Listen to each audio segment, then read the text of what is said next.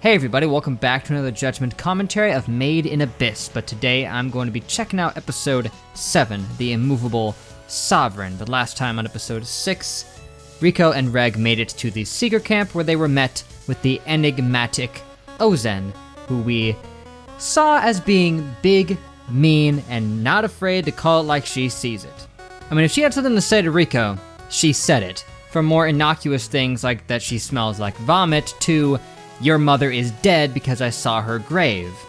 Yeah, she was rather intimidating, but what one could argue was more intimidating was the fact that Rico happened to stumble upon a strange headless monster when she went up to use the bathroom. This weird thing was just crawling at her and she had no idea what it was. It was truly terrifying, and we still don't know what it was. I got nothing on that thing. It was just weird and freakish, and even they thought it was weird and freakish in a world where a bunch of monsters are living in a giant hole underneath them. So that's odd, but now we have to wonder about the mystery of this cube, because at the last second, Ozen showed them a big cube thing. Now, when I saw the title of today's episode, you know, The Immovable Sovereign, I was all like, is it the cube? But no, the Immovable Sovereign is Ozen, because of course it is. They already described her as being the immovable beforehand, so that's the one it's referring to, and not the dang cube.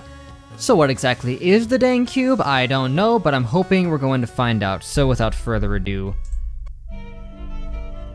here we go. Okay, so we found out what the cube was. It was the thing that prevented the curse, or so it seemed. It does not actually ward off the curse, it just brings you back to life if you're dead. So yeah, on the way up, would that mean the curse was just killing her over and over and over, and then she just kept coming back anyway? Dang. And according to her, she wasn't even alive when she threw her in the first place, so you don't have to just die inside of it to be brought back. You can already be dead and stuffed in there, and it'll still bring you back. And apparently it can even bring you back if you're not even, your full body isn't even in there. She put in some meat from that thing, and it was still walking around without a head. Ugh. Well, I guess that's going to be it for today, guys, but thank you for watching. Make sure to leave a like and a comment, and subscribe to be updated on more. Let me know what you thought of the episode as well, and of the video in general. I would appreciate that a lot. Helps out.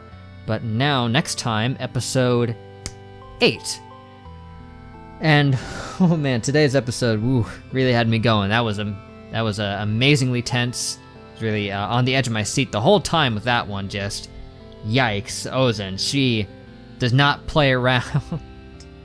Like I was already saying about her, observing that she is very direct. She's blunt. She does not hold back when referring to things, and it just kept layering on and getting worse and worse, where now she's straight up saying, oh, by the way, you were stillborn, and we stuffed you in that thing and you came back to life. Although I must say, the presence of that thing does provide a good use, theoretically. If Rico could still fit in there, then if they brought that along with them, she could just stay in there on the way back up. And then she could be back on the surface again if they wanted to climb back up. Although she'd have to keep dying over and over, and I'm sure that's insanely unpleasant. But hey, she went through it once, right? What's going through it again, huh?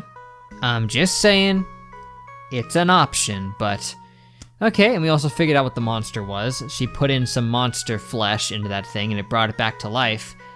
Although, I think she said that it eventually died again, though.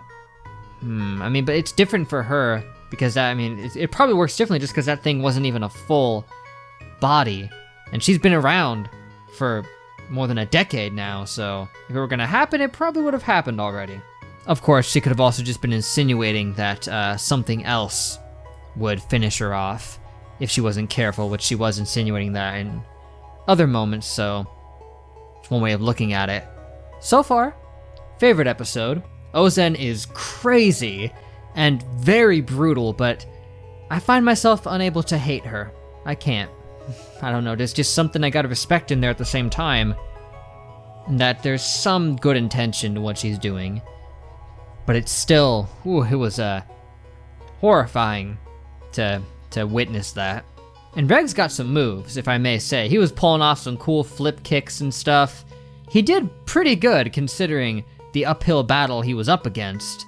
And if he had gotten off a shot against her, who knows? It might have been able to friggin' even kill her. Who knows? I would hope not kill her. I mean, I said maybe I wanted to die a little bit, but that was just in the heat of the moment. But who knows? Maybe she's that tough that it would just kind of singe her and knock her down. I mean, the worst thing she did was turning the incinerator at Rico. If he wasn't able to kick it away like he was, she'd have died. Unless he can turn it off. I mean, once it starts going, can he make it stop?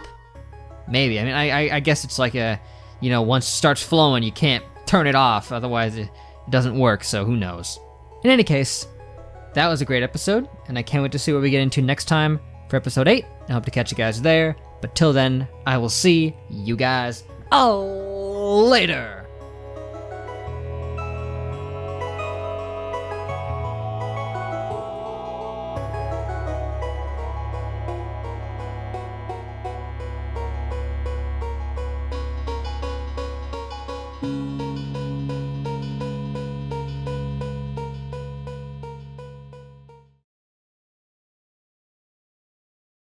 I forgot to put down the green screen again.